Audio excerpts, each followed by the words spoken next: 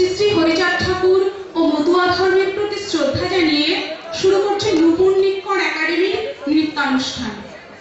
পরিচালনায় মৌমিতা ঠাকুর, অংশগ্রহণে ঈশা, পৌলমী, সঙ্গীতা, উৎসা, সম্পূর্ণা, মোহনা, তাথই, টুপুর, ঈশিতা, অন্বেষা, দীপর্ণা, অদিতি, অনুষ্কা, আকাশ, বিকু এবং অদিতি।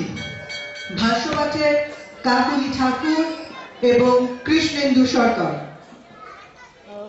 অন্যায়, অত্যাচার, শোষণ, বঞ্চনা, ঘৃণা ও ছোঁয়াছুতের বিরুদ্ধে শোষিত, বঞ্চিত ও অস্পৃশ্যদের মুক্তির জন্য বাংলার এক নদী বিধৌত গণ্ডক গ্রামে সফলাডাঙ্গায় আবির্ভূত হন শ্রী শ্রী হরিচাঁদ ঠাকুর। বৈষ্ণব পরিবারে জন্ম ও বেড়ে ওঠা সত্ত্বেও ক্ষোভ জন্মেছিল বৈষ্ণব ধর্মের প্রতি। বৈষ্ণব ধর্মের ভ্রষ্টাচার তাকে ব্যথিত করেছিল। তাই তিনি নারীর আত্মসমর্পণের উপর বেশি জোর দিয়েছিলেন।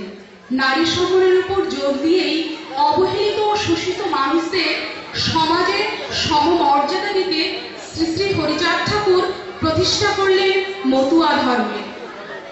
নমস্কার, শুরু করছি নূপুর নিক্কর একাডেমির নৃত্যানুষ্ঠান।